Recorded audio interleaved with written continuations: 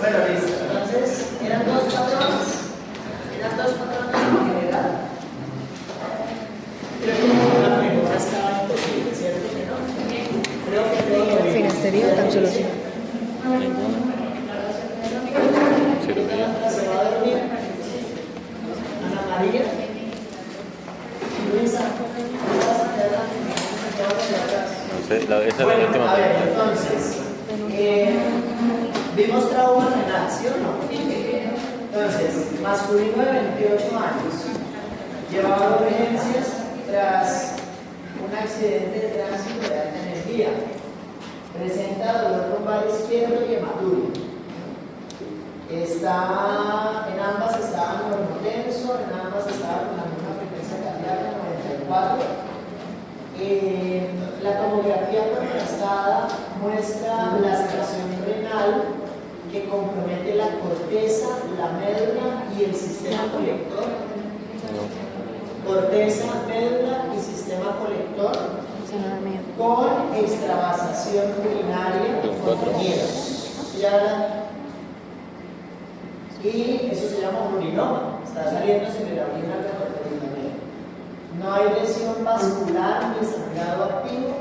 Durante las 24 horas iniciales está estable, sin requerimiento transfusional, pero tiene rota la vía urinaria. Si uno tiene rota la vía urinaria y la orina se está saliendo, ¿qué hay que hacer? Ponerle un catéter doble J. ¿Se acuerdan? Porque dice, nefrectomía inmediata, ¿le vamos a quitar el riñón estando estable? Chao, ¿cierto que no? Le vamos a dejar manejo conservador teniendo la vía urinaria rota y saliéndole orina al retroperitoneo. Sentido común. Dice que tiene rota la vía urinaria, que está saliendo orina, ¿cierto? Le vamos a hacer una laparotomía. No, está estable. Acuérdense que el trauma inestable es el que se opera, ¿cierto? Le vamos a embolizar el riñón. No, porque no está sangrando. Colocación de catéter doble J. Ahora, en el otro caso no tenía rota la vía urinaria, por ende a ese que no está sangrando, que está estable y que no tiene la vía urinaria rota, ¿qué se le hace? Manejo conservador, ¿sí o no? ¿Claros? Fácil esa pregunta, ¿sí o no? Puro sentido común y no se les olvide.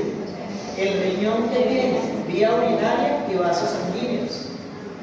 Si el vaso sanguíneo está roto y está inestable, pues toca operarlo. Si está estable pero está sangrando, toca embolizarlo.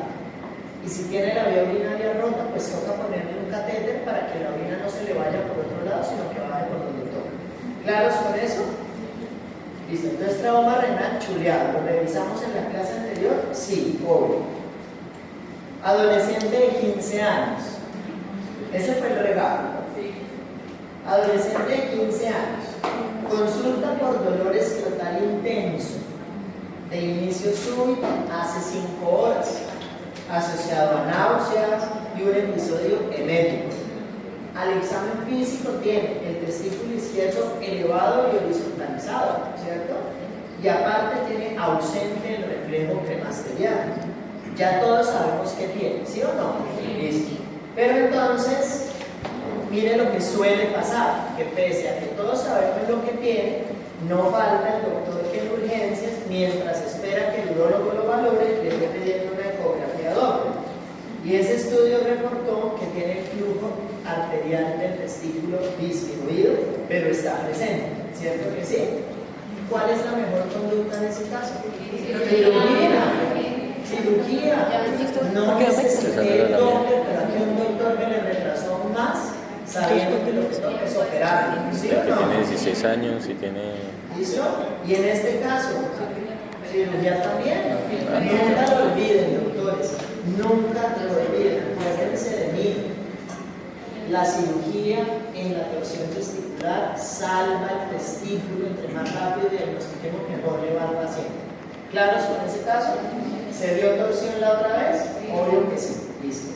Ahora, siguiente. Lo que vamos a ver hoy. Hombre de 47 años, consulta por cólico renal izquierdo de 24 horas de evolución.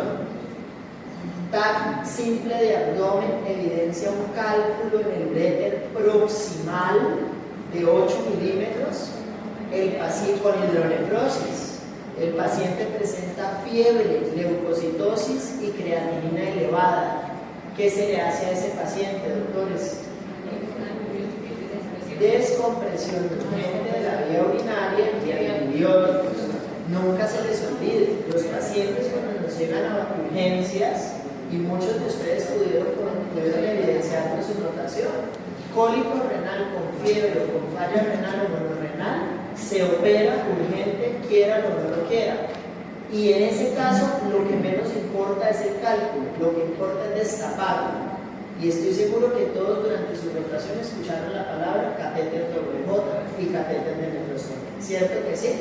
Listo. Entonces me doy por bien servido que para este caso que tenía fiebre y creatinina alta, tocaba descomprimirlo urgente y darle antibióticos, ¿cierto? Y en el caso donde el cálculo era ureteral distal, ¿se acuerdan de qué manera nos tocó hacer esa tarea de la terapia médica explosiva? A Luisa, ¿se acuerdan? Que la regañé porque hicieron una tarea de ChatGPT 2 renglones y al siguiente día me llegaron con la exposición ahí sí de un estudiante de medicina y nunca lo olvidaron, ¿sí o no? Listo. Ese fue el regalo para ese grupo que expuso terapia médica explosiva. Ahora, siguiente caso.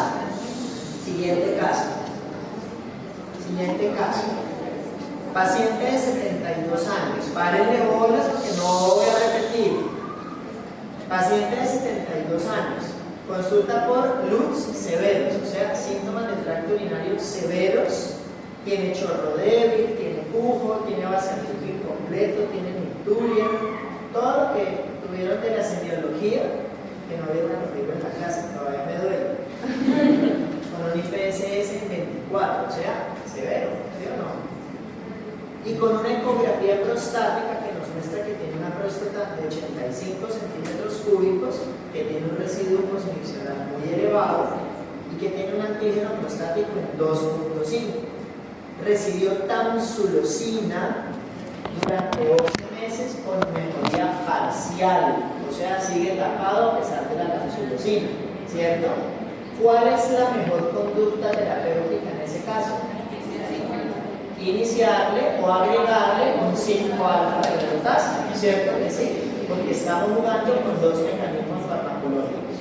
¿Lo vieron en su clase de hiperplasia de próstata, sí o no? Bueno, y la otra era, ¿cuál era el otro caso de esas?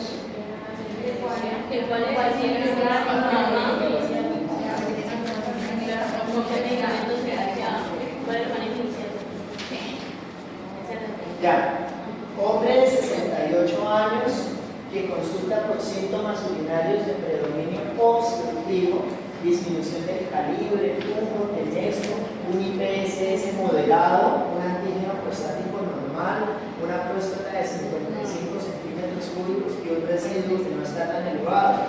¿Cuál es el tratamiento farmacológico inicial? La tamsulosina, nunca repite.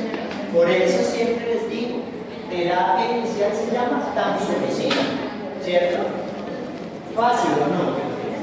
¿Listo? La última, el regalo. Paciente de 52 años. Paciente de 52 años. Ya la paciente de 52 años. Acude a consulta para control preventivo. Refiere que su padre fue diagnosticado con cáncer de próstata a los 60 años.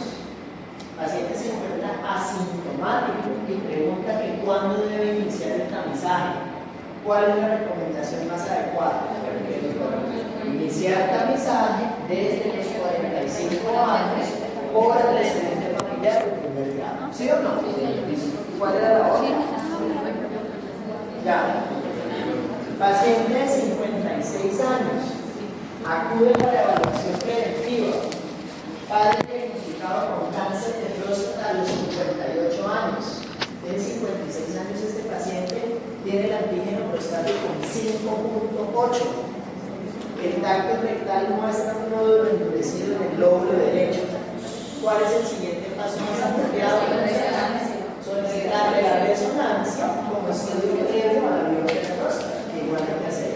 ¿Listos? ¿Fácil o no fácil? ¿Pasaron biología o no pasaron? ¿De qué tres?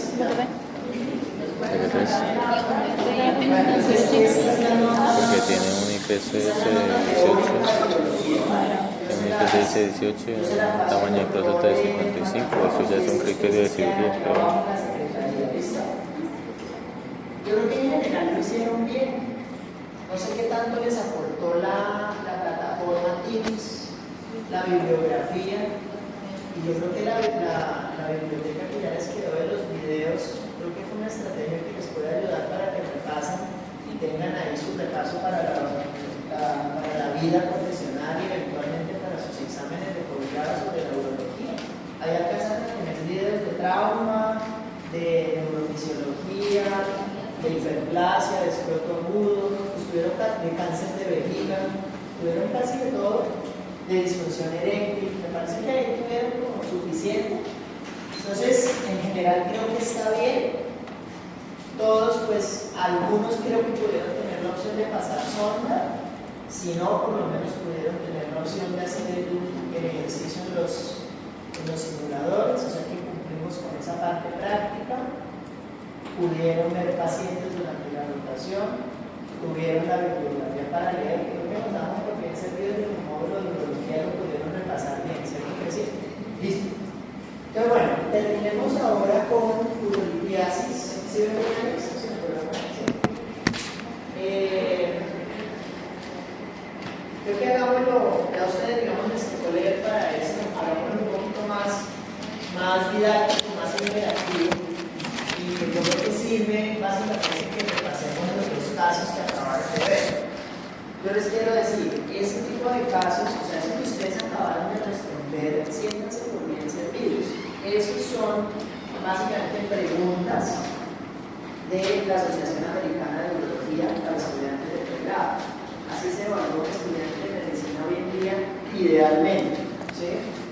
No es clasifiquen este trauma renal o dígame cómo se llama este signo, sino más bien enfóquenlo. Creo que todos pudieron hacer el abordaje de sus casos clínicos y es muy parecido a la realidad. Entonces creo que si ustedes comienzan desde ahora que están viendo las rotaciones a abordar las patologías que ven aplicado a un caso clínico, ustedes van a tener más aterrizado el conocimiento, más aún porque ya ahora lo que les va a tocar es estar viendo casos. ¿Listo? Entonces, recomendación para las demás rotaciones o las demás especialidades: estudien o hagan, digamos, traten de hacer el ejercicio de razonar o de pensar o de intentarse un caso clínico tal como ese y verán que el conocimiento les va a quedar. Yo sé que ustedes aprendieron urología. Entonces, bueno, grosso modo de lo que les puedo decir como urólogo, y es que esto sí definitivamente representa hasta un 20 a 25% de la prevalencia mundial y es sí o sí uno de los motivos de consulta más frecuentes en Colombia y en el mundo, no solamente para el urólogo, sino también para el médico general. O sea, que hay que aprender urologíasis, claro que sí, y más aún porque si bien esto se consideraba más de las regiones cálidas, hoy en día con el calentamiento global y con las dietas cada vez más occidentalizadas, nos hacen pensar que en general la población mundial va a estar expuesta sí o sí a la urolitiasis. Que se acuerden que la urolitiasis sí o sí es una enfermedad metabólica. Es decir, ¿esto qué quiere decir? Que yo no la voy a curar sacando los cálculos, de manera que ustedes deben sacar el chip de pensar que este paciente se remite al urólogo para que el urólogo le cure la urolitiasis. Eso no va a pasar. El urólogo, ¿qué es lo que le va a hacer? Va a desobstruir o a disminuir el riesgo de que un cálculo pueda dañar el riñón, no más. Nosotros actuamos desde la consecuencia, pero desde la causa ustedes tienen un alto papel protagónico y recuerden que la universidad de ustedes hace bastante énfasis en que mide la parte preventiva, es decir, sí o sí, a uno le parezca cliché, a uno le parezca hard, a uno le parezca que no tiene sentido, sí o sí uno le tiene que preguntar al paciente qué come, cuánto líquido toma, cómo es su alimento dietario, ¿sí? Si es sedentario o no, si hace ejercicio físico o no, cuánto ejercicio hace, con qué se nutre. Todas esas cosas son importantes y más aún porque esto también hoy en día hace parte de población infantil. Los que vayan a ser pediatras acá se van a dar cuenta que cada vez el pediatra se expone más a la urolitiasis y la urolitiasis era absolutamente rara que la tuvieran que ver los pediatras. Eso era patología meramente de los urólogos y pare de contar. ¿Qué otra cosa es importante? Que tiene altos costos, ¿sí? Las terapias que se tienen que utilizar para el manejo de la urolitiasis son terapias muy costosas. Ustedes pudieron evidenciarlo en el hospital donde rotaron. No se tiene la tecnología disponible y la razón es sencilla, son insumos de alto costo. Nosotros los urólogos estamos muy limitados a el manejo de la urolitiasis sencillamente porque implica traer tecnología que suele ser muy costosa para nuestra región, pero que es necesaria. Hace 50, 60 años los urólogos que me antecedieron eran urólogos que abrían el paciente, abrían el riñón, abrían el uréter para sacar los cálculos. Y hoy en día no tiene sentido cuando la endoscopia y la laparoscopia están disponibles, el láser está disponible y eso hace que los desenlaces sean mucho más favorables para una persona. Que si usted le dio un pólipo renal o bajo un cálculo, usted se lo operaron, pues usted le dieron salida el mismo día que lo operaron, a la semana usted ya puede estar reintegrado a sus labores. ¿Listo? Pero que a su vez es una enfermedad muy incapacitante, es muy incapacitante. ¿Sí? ¿En qué sentido? Si ustedes se dieron cuenta, la gran mayoría de los pacientes que tuvimos allá, tocó mandarlos para la casa con nefrostomías, tocó mandarlos para la casa con catéteres de bota, y eso en última son situaciones que hacen que el paciente no pueda estar trabajando como corresponde. Uno tiene unos pacientes que manipulan alimentos, señoras que trabajan en cocina, panaderos. ¿Cómo va a estar un panadero con una nefrostomía al lado y colgando? ¿Sí? Entonces, implica que por costos y por incapacidad la persona pierda vida laboral, y si se dan cuenta, esto es además patología de jóvenes, ¿sí? Obviamente a los ancianos también, sobre todo si nunca se les dio tratamiento, si nunca hubo seguimiento, pero esto no es de patología joven. Entonces, en últimas, esta es una enfermedad que sí nos compete a nosotros abordarla desde la parte preventiva, ¿vale? ¿Qué es importante saber en prevención, doctores? En prevención hay una cosa que lastimosamente ustedes no pudieron tener la opción de entrar a consulta externa conmigo, la gran mayoría, todo un grupo muy afortunado de poderla tener, porque me movieron las agendas. Y es que a los pacientes que uno ve de manera asintomática por urolitiasis, son pacientes que uno desde el punto de vista preventivo les puede hacer una cosa que se llama el famoso estudio metabólico. ¿Sí? ¿Qué es el estudio metabólico? Buscar la causa, buscarla. ¿Sí? ¿Eso qué implica? Que nosotros hagamos análisis en sangre, en orina y análisis propiamente del cálculo. Cuando un paciente le diga a usted, doctor, mire, es que tuve un dolor estos días y mire, oriné esto, ¿qué lo hago? ¿Lo voto? No lo voten. Hay un código en la solicitud de los estudios que se llama el análisis físico-químico del cálculo. Y eso se manda a analizar y ahí dicen la composición de qué tiene el cálculo. ¿Cuál es el principal componente de los cálculos urinarios? El oxalato de calcio. Si ya uno sabe que el principal es el oxalato de calcio, pues ya uno se va a buscar maneras preventivas desde el punto de vista nutricional para poder ayudar a esa persona. Disminuir las dietas que estén muy cargadas en oxalatos.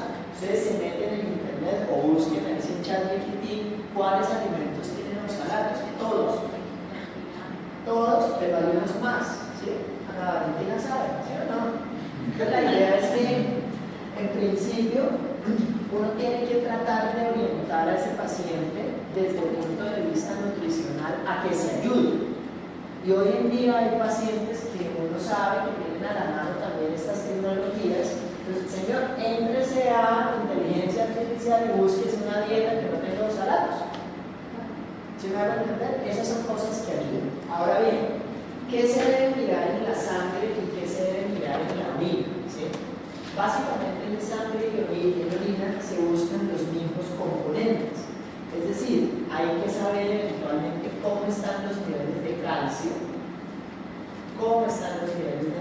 magnesio, cómo están los niveles de sodio, cómo están los niveles de potasio, cómo están los niveles de cloro,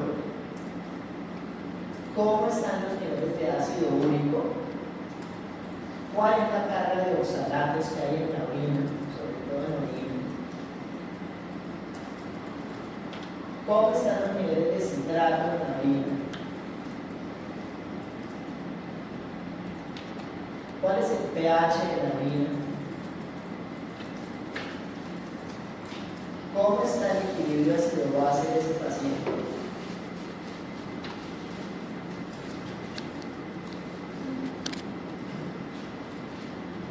¿Cuál es la densidad urinaria? Y estas cosas, si uno normalmente en función se las pide a su paciente, muchas veces uno puede encontrar detalles que son bastante relevantes para una historia clínica o para un paciente en este caso. Y es que muchas veces uno puede encontrar pacientes que tienen calcio urinario elevado, o sea, hipercalciuria, con calcio elevado en la sangre, hipercalcemia, y eventualmente, uno también debe ordenar la parte hormonal, la PTH y los niveles de vitamina D. Uno se puede encontrar con pacientes que perfectamente pueden tener calcio urinario alto, calcio sérico alto, PTH elevada, y estar ante un hiperparatidilismo. ¿Sí? Entonces, de las cosas que uno puede encontrar en esos pacientes, y eso lo puede hacer un médico que esté bien formadito, ¿sí? No hay que esperar a que el urólogo lo haga. De ahí que ustedes esperen que un urólogo diagnostique un hiperparatidilismo primario y secundario, puede ser un urólogo que le gustó la medicina interna. Si no, no lo hace, ¿sí? Entonces, uno se puede encontrar con estas maravillas y de pronto lo que toca decirle al señor es: váyase con el cirujano de cabeza y cuello que debe tener una adenoma suparatiroides, le quitan eso y el paciente de repente deja de formar cálculos en sus riñones. ¿Entendido? Entonces, ese es el ejercicio que uno tiene que hacer. Si se dan cuenta, eso es mera química, medicina interna, ¿sí? El otro más común, doctores, en el ácido úrico. Perfectamente uno puede encontrar niveles de ácido úrico elevados en sangre, más niveles de ácido úrico elevados en orina, ¿sí? Y en ese caso, ¿cuál es el medicamento que uno utiliza cuando tiene el ácido úrico elevado en la sangre? El allopurinol. ¿Será que uno tiene que esperar a que el urólogo sea el que formule un allopurinol? Evidentemente no, porque para eso uno pasó por una cátedra de medicina interna, ¿sí o no? Entonces, acá, por ejemplo, uno puede usar el allopurinol. ¿De cuánto viene la tableta de allopurinol? Ay, María José.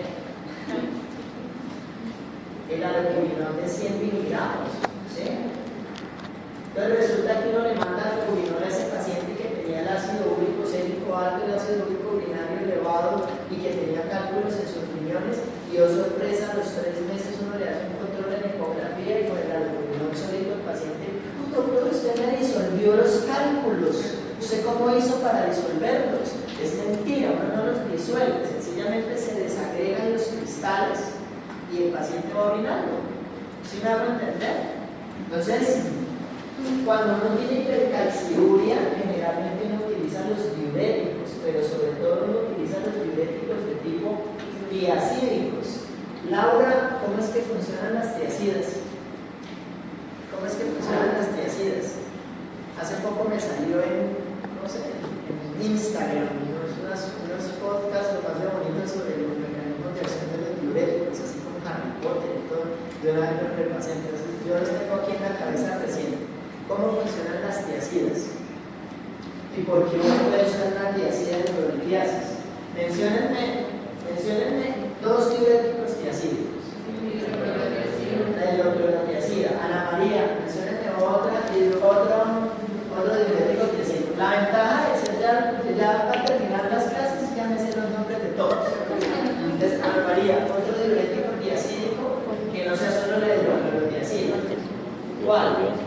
Ahí, la clortalidona. Esa, por ejemplo, ya les tocó a ustedes, a mí no me tocó cuando estudié medicina, ¿sí? Entonces ya buscaron cómo funciona esto. ¿Cómo?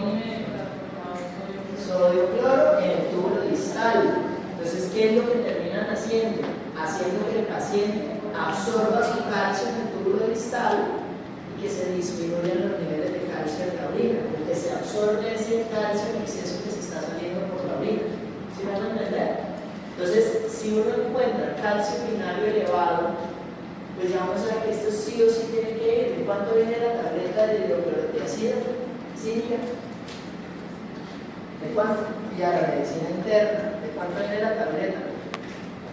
¿Ah? De 25 miligramos. ¿Listo? Entonces, bueno, aquí es nada más para que ustedes vean cómo la parte preventiva existe. ¿Sí? ¿Quién les podría dar la mejor cátedra de esto? Un endocrinólogo, ¿cierto? Un internista, ¿cierto? Un nefrólogo. A veces se puede encontrar uno con que los pacientes tienen acidosis tubulares, ¿cierto? ¿Cuántos tipos de acidosis tubulares conocen, Natalia? ¿Cuántas acidosis tubulares hay? Porque eso es una cosa que uno le enseña en la medicina interna. La acidosis tubular renal. ¿Cuántos tipos de acidosis hay? Y resulta que acá hay causa de urolitiasis. Entonces son pacientes que toca ponerlos a alcalinizarse con un bicarbonato para que mejoren el componente acidótico. Tipo 1, tipo 2, tipo ¿qué? Tipo 4, que la tipo 3 no existe, creo. Ya no me acuerdo, eso es como la realidad de Nefro, porque yo solo vi en el año 2000. Bueno, listo. Entonces, claros con esto. ¿Qué otra presentación comercial tenemos muy a la mano? Tenemos la del citrato. Recuerden que el citrato es uno de los inhibidores naturales. Ustedes siempre piensen en la urolitiasis como la balanza. Exceso de promotores versus déficit de inhibidores. ¿Cuáles son los inhibidores naturales de la formación de cálculos? Joshua, inhibidores naturales de la formación de cálculos. Vale, me voy a decir de eso, el citrato. ¿Cuál otro? ¿Cuál otro? ¿El qué? No, pero de los naturales, de los componentes que uno puede encontrar. ¿Cuál? Sal. El citrato, ¿qué otro? Ya la puedo estudiar. El magnesio, ¿cierto? El magnesio, el sulfato. Entonces resulta que uno puede medir el citrato urinario y encontrarse, por ejemplo, con que el paciente tenga hipocitraturia. Y si tiene citrato urinario bajito, pues perfectamente ese paciente se le puede mandar una dosis de un medicamento comercial que se llama el citrato de potasio. Entonces fíjense, ¿el médico general me puede manejar tiazidas? Obvio. ¿El médico general me puede manejar albuminol? Obvio. ¿El médico general me puede manejar citrato de potasio? Claro que sí. ¿Sí? ¿Qué es lo único que uno tiene que tener presente? Que todo esto implica, evidentemente, monitorización de lo que uno controla. ¿Sí? Entonces, se pide calcio en la sangre, magnesio en la sangre, sodio en la sangre, potasio en la sangre, todo esto. Y lo mismo en orina. Acuérdense que es en orina de 24 horas. Cuando ustedes les digan que, o cuando ustedes les toque decirle a un paciente que debe recolectar orina en 24 horas, ¿qué es importante tener en cuenta decirle a ese paciente? ¿Sí? Cuando uno va a recolectar orina en 24 horas, sobre todo para buscar este tipo de componentes, ese paciente tiene que saber que obviamente tiene que buscar un día de reposo. No puede estar con el carro en la moto de arriba para abajo, ¿cierto? Y lo segundo, siempre comenzando desde la segunda orina de la mañana hasta la primera orina del día siguiente. ¿Entendido? Y esa orina debe estar siempre en un lugar fresco. Apunten esas cositas porque eso no lo dicen los libros. Si el paciente deja esto al sol se tiró de una vez la orina. ¿Sí? Esas son cosas importantes para que tengan en cuenta. Entonces, mi recomendación, échenle una leída al estudio metabólico de la urolitiasis. Obvio, ya no va a salir en ningún quiz. ¿Sí? Ya no va a salir en ningún quiz. Ya es para la vida, sobre todo quienes han sufrido de urolitiasis y saben lo que puede ser una recurrencia. Ah, bueno, porque la otra cosa importante acá es, nunca olviden que esto es absolutamente recurrente. Señora. Sí. Claro, una de las más frecuentes es el citrato de potasio, ¿sí? Entonces, ese paciente que uno también le hace monitorización del pH, si uno encuentra pHs urinarios ácidos, ¿cuánto es un pH de orina ácido, Carlos? ¿Cómo es que te llamas? Luis. Luis. pH urinario, ¿cuántos Luis hay? pH urinario ácido, el rango del pH. ¿Cuál es el rango del pH? De la orina. Menos de 5.5. ¿Cuál es el rango del pH de la orina? Ácido, menos de 5.5.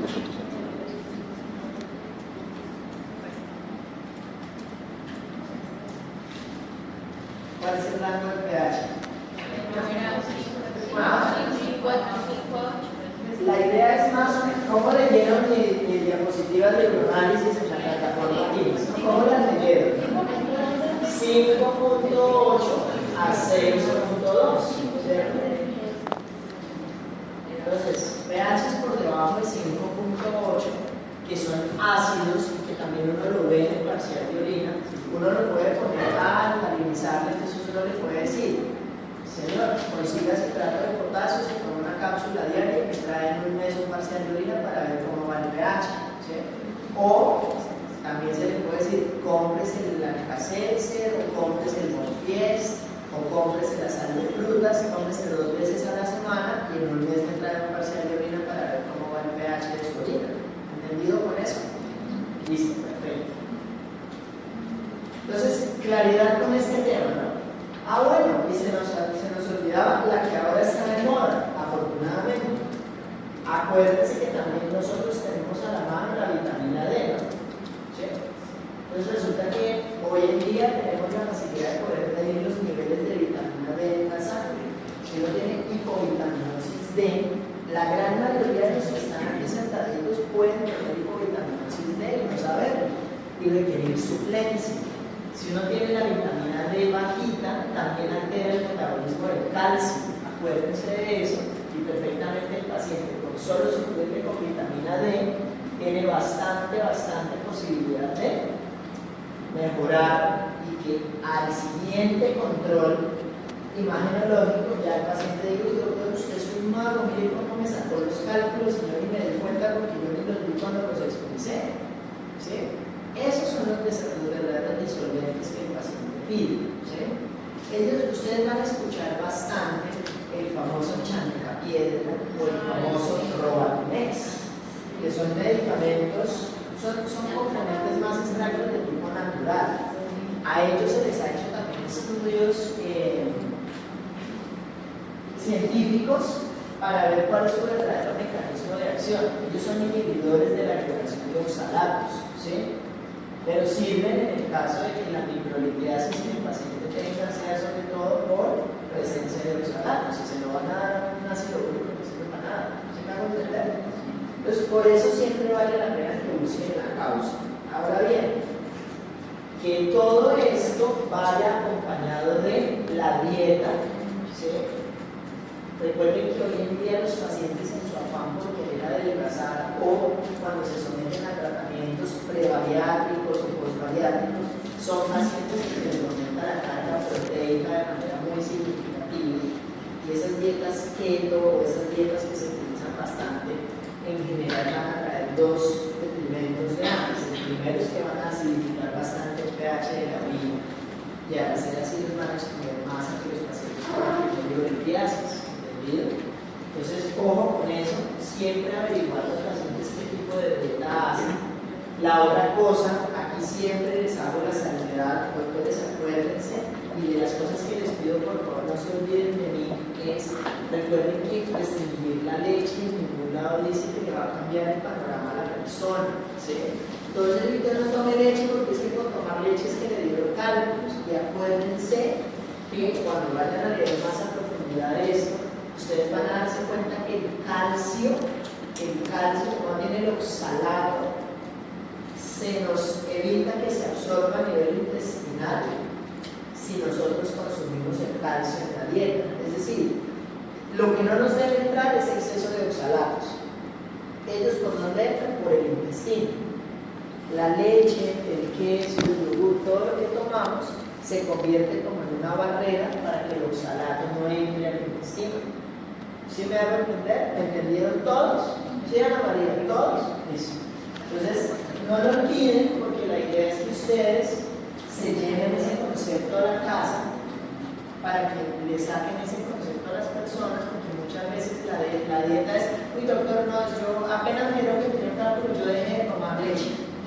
Y a veces eso es más protector y en cambio lo que toca hacerle a los pacientes es énfasis en que el sodio es el que se debe restringir en la gran mayoría de los alimentos. Entonces, ojo con esto, bebidas carbonatadas, gaseosas, las comidas que son chatarras, todo lo que tenga salsas, que tenga mucho azúcar, en general van a tener exceso de sodio.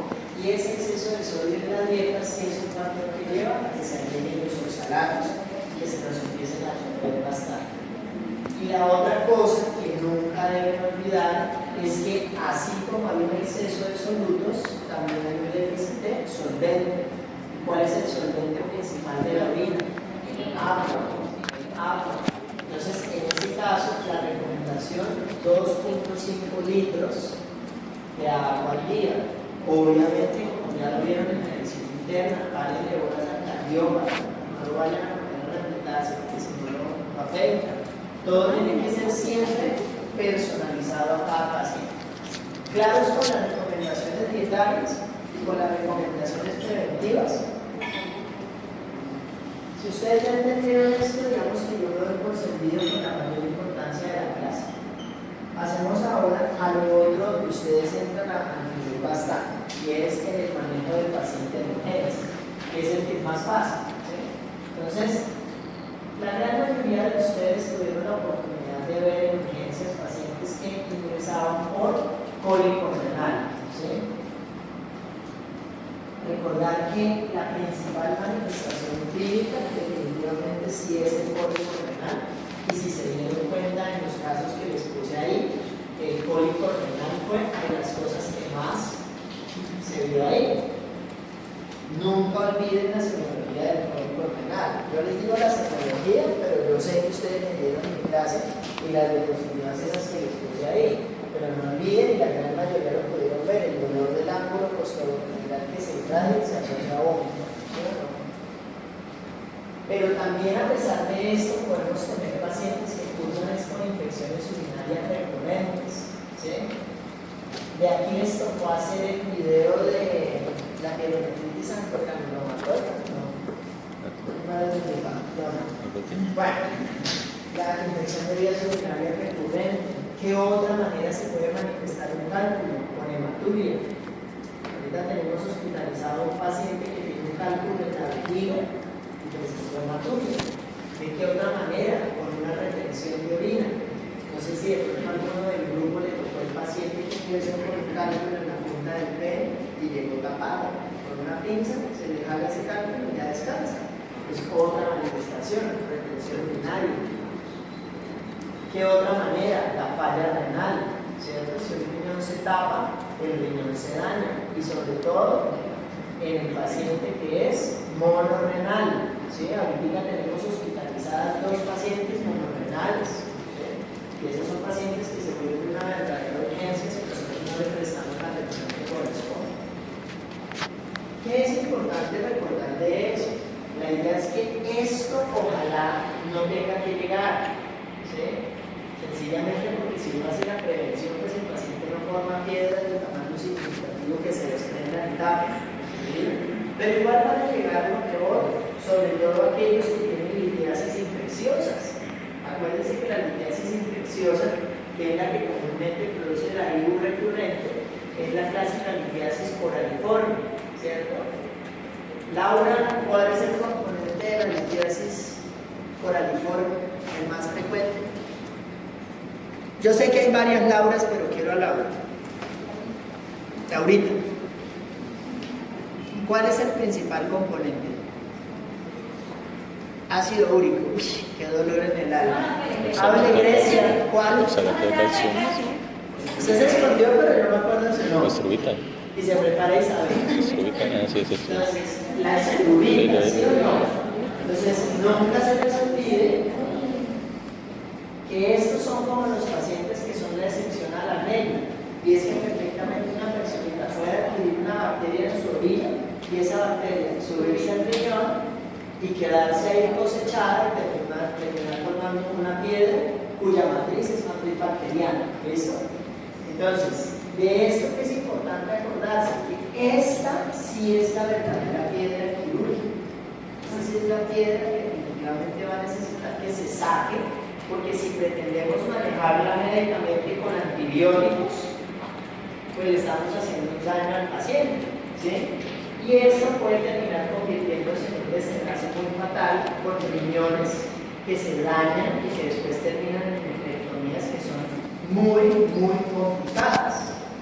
¿A cuántos de ustedes de las primeras rotaciones les tocó esa pobre mujer que estuvo en la UCI? Iris, ¿te acuerdas? Una pobre mujer con un cálculo coraliforme que le dañó un riñón.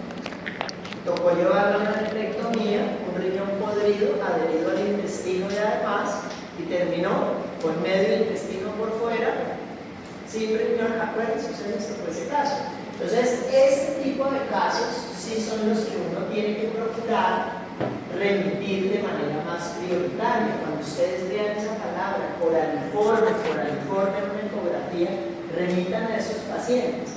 ¿Cuál es la principal manifestación clínica de ellos? Las infecciones urinarias a la repetición.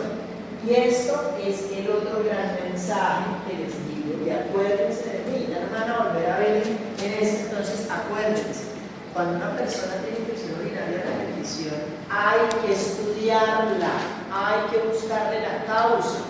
Uno no nace con la E. coli en la orina, ¿sí? La E. coli llegó, y si llegó, llegó por algo. Y si se perpetuó, se está perpetuando por algo. Y muchas veces puede ser por piedras en los riñones. Entonces, cuando ustedes les toquen a esos pacientes en sus prácticas médicas, nunca olviden, doctores, pídanle al menos una ecografía urinaria. El urotar no siempre es necesario. Ustedes saben que el urotar es el gol estándar. Pero es el gol estándar en dónde? En urgencias. ¿Y para qué? Para que el urólogo tenga herramientas para poder operar. ¿Sí? Pero para el día a día, en el examen físico, en el examen médico habitual, nosotros nos podemos ayudar con una ecografía de las vías urinarias. Y esa ecografía sí nos va a aportar bastante, porque las ecografías tienen muy buena sensibilidad para mirar cálculo en el riñón. Probablemente no cálculo en el uréter, pero sí en el riñón. Y sobre todo para mirar piedras como las de estrubita. Pues no estrubita propiamente, pero sí la piedra coraliforme. El radiólogo le puede decir, oiga, veo una piedra que está ocupando todos los cálices renales. Eso puede ser un cálculo coraliforme. Listo, revisión neurología. Eso no se va a mejorar si no lo opera, señora. ¿Claros con eso?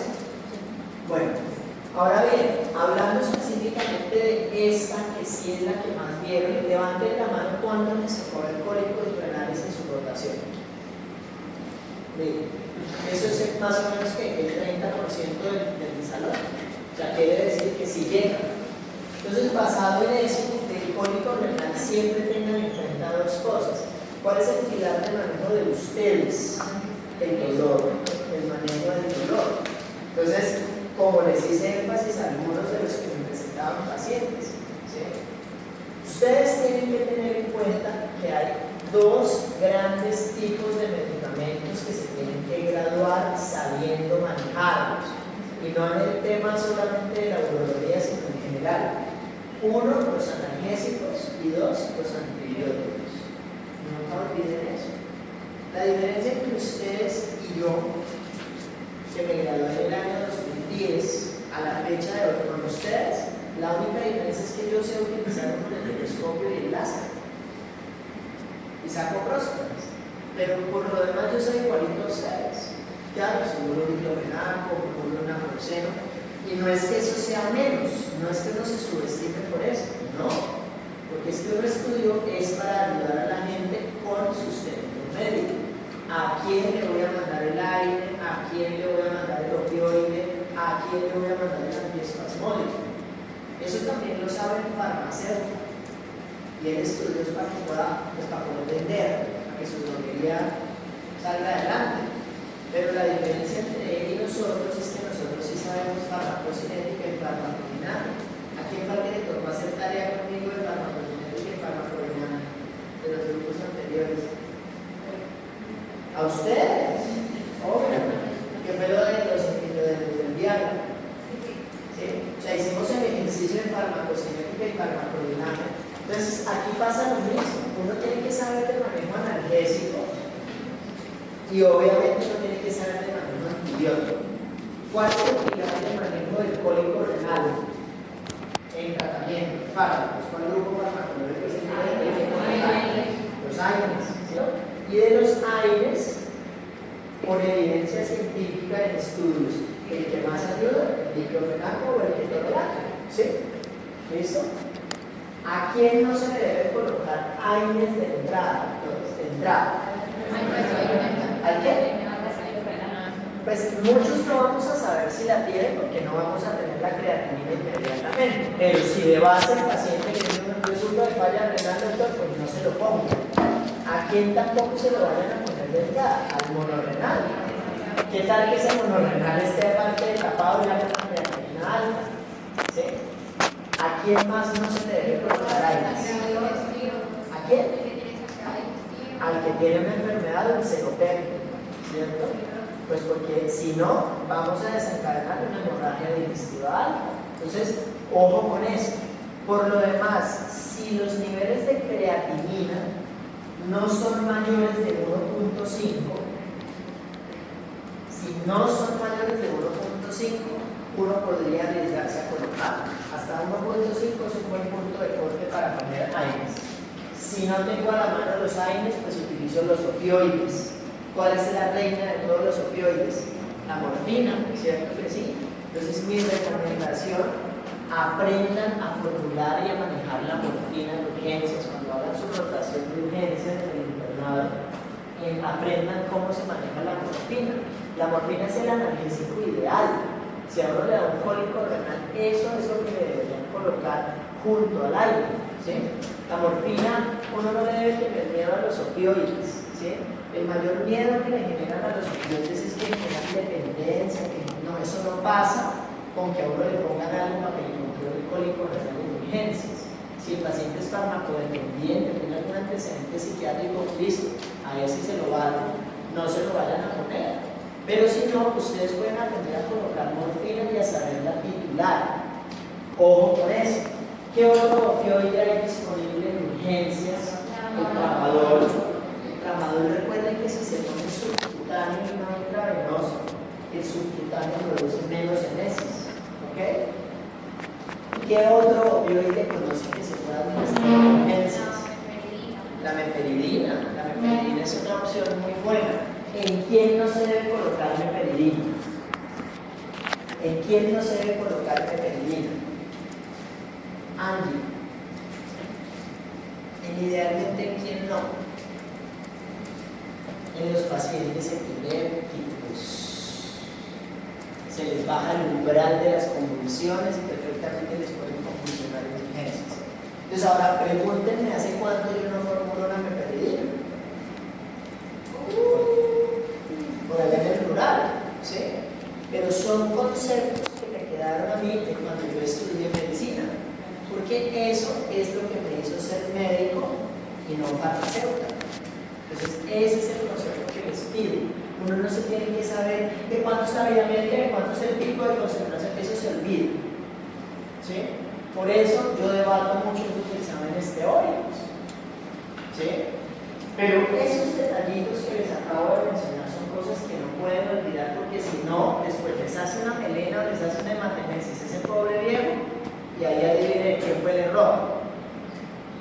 Del médico, oiga, ¿cómo va y le pone eso? Claro, listo. Ahora, Cuando ese paciente llega con un cólico renal a urgencias, recuerden que en principio lo que está ocurriendo internamente es que ese paciente está obstruido, ¿sí? Ustedes se dieron cuenta que en algunos pacientes que yo les hacía este dibujo. Entonces, sencillamente ese paciente probablemente tuvo un cálculo acá, formó un cálculo acá, se desprendió y se quedó incrustado acá, ¿sí? Entonces, resulta que casi siempre esos cálculos cuando bajan, que generalmente son piedras aproximadamente de 10 milímetros, pueden haber unas más pequeñas, se suelen quedar incrustadas en los puntos donde generalmente están las estrecheces fisiológicas del uretra. Y yo sé que todos se las saben, ¿sí o no? Vivian, ¿cuáles son las estrecheces fisiológicas del uretra? O los puntos más estrechos del uretra.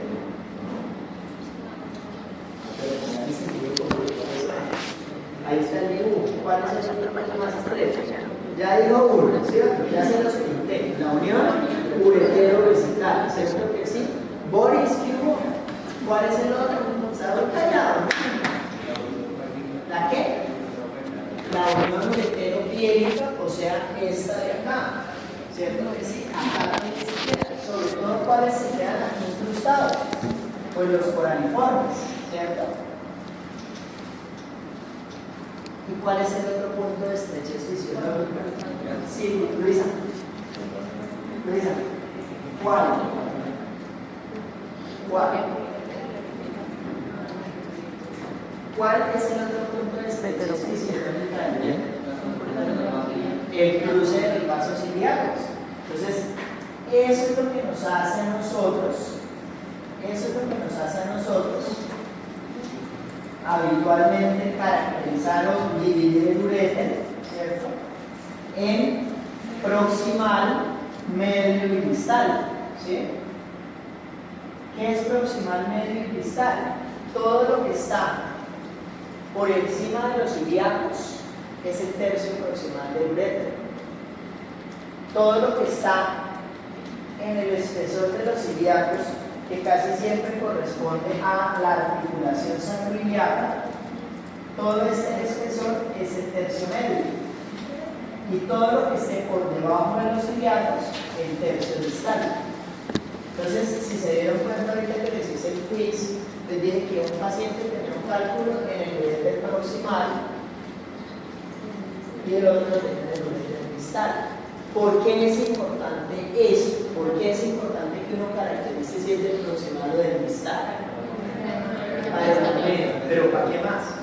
Ustedes no van a ser urólogos. ¿Por qué es importante decir si la piedra? ¿Qué es en eso? Puro sentido común. Se los juro que es sentido común es el doctor tan fácil. Si está más arriba o si está más abajo, ¿cuál va a salir más rápido? Abajo, ¿cierto que sí? Entonces por allá a algunos les tocó hacer la tarea de la famosa terapia médica exclusiva. Terapia médica exclusiva, que habitualmente la hacemos con el mismo medicamento que utilizamos en hiperplasia de próstata, que se llama la tamsulosina, ¿cierto que sí? ¿Qué es lo que hace la tamsulosina, Grecia? ¿Qué es lo que hace la tamsulosina? ¿Qué es lo que hace? ¿Cuál es el mecanismo de acción de la tamsulosina?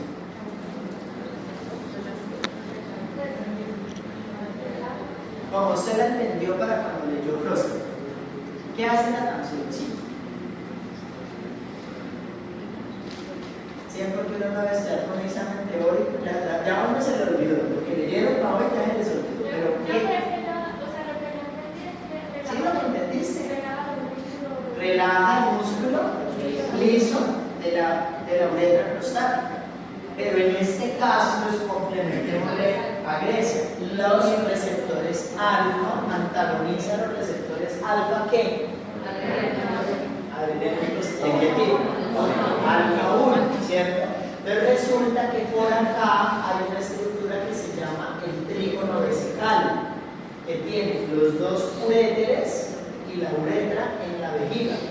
Y todo eso está cargado de receptores alfa 1A,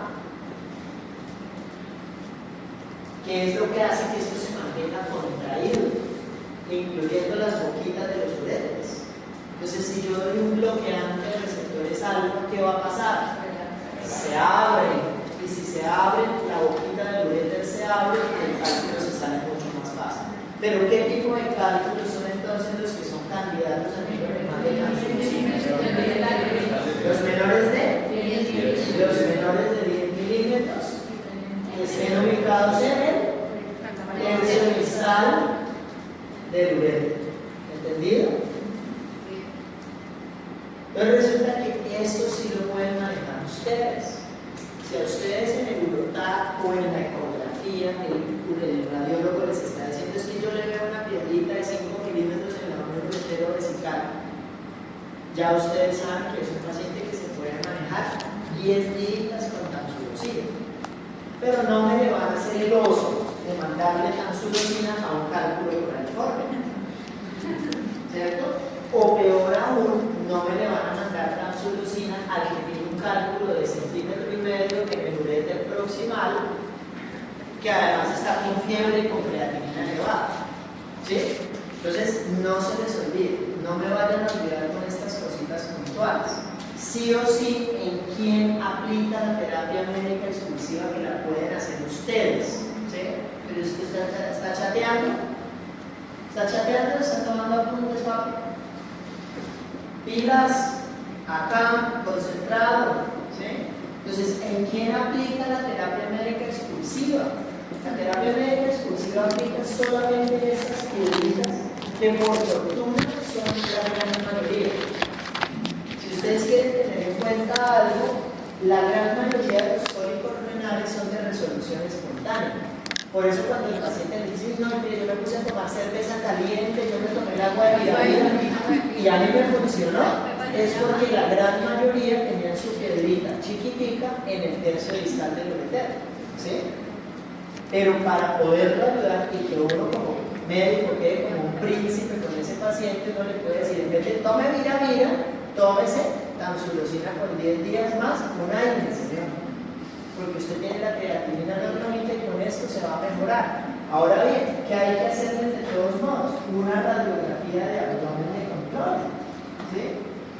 Ah, doctor, que es que todos los cálculos no se ven en la radiografía. Estoy de acuerdo. Entonces, en ese caso, un urotac, para estar seguros que la piedrita se salió. Porque si la piedra no salió, así el señor ya no tenga dolor, tiene que remitirlo al dolor. ¿Entendido? Ahora bien, ¿cuál es el otro escenario? El más fácil todavía. Esto es medio difícil porque les toca repasar de todo esto, de fisiología. Pero el de mayor sentido común, doctores, si el cálculo está enclavado de la mitad para arriba del uréter, cuya probabilidad va a ser mucho más baja de que salga solito y aparte de un tamaño mayor de 1 centímetro, estas piedras sí o sí van a necesitar cirugía. ¿Qué hace uno? Uno se mete con el ureteroscopio a través de la uretra, llega hasta acá y con el láser uno lo vuelve pólipo. ¿Sí? Es cultura general, ustedes no lo tienen por qué saber ya, eso sí se les puede olvidar. Pero ¿qué es lo que no pueden olvidar? Todo el desastre que ocurre si esto está ocurriendo. ¿Qué le va a pasar a ese pobre riñón? Todos van a tener hidronefrosis y no olviden que la hidronefrosis no es lo que nos tiene por qué angustiar. Todos van a tener hidronefrosis porque es el resultado de tener un riñón tapado, ¿cierto? Entonces está hidronefrosis, ¿sí? Pero ¿qué pasa si uno tiene el riñón tapado y uno no lo desobstruye? El caso clínico. ¿Qué tenía ese caso clínico? Fiebre de 39, porque esto ya está lleno de bacterias, ¿cierto? Entonces la urosepsis, que empieza sencillamente como una ictus febril, ¿sí? Entonces, esos cólicos renales, doctores, que les lleguen a ustedes a urgencias con fiebre, tengan pánico. Le van poniendo su antibiótico, lo van hospitalizando y van llamando al urólogo con un urotac porque ese paciente hay que destaparlo, o si no, esas bacterias van a hacer que ese riñón se vuelva una bomba de tiempo, se le vuelva una sepsis al señor que no se pueda morir. ¿Claros con eso? Entonces, listo, la fiebre, la urosepsis. ¿Y cuál es la otra razón que nos tiene que afanar? ¿Qué más tenía el paciente del caso clínico para que no lo olvide?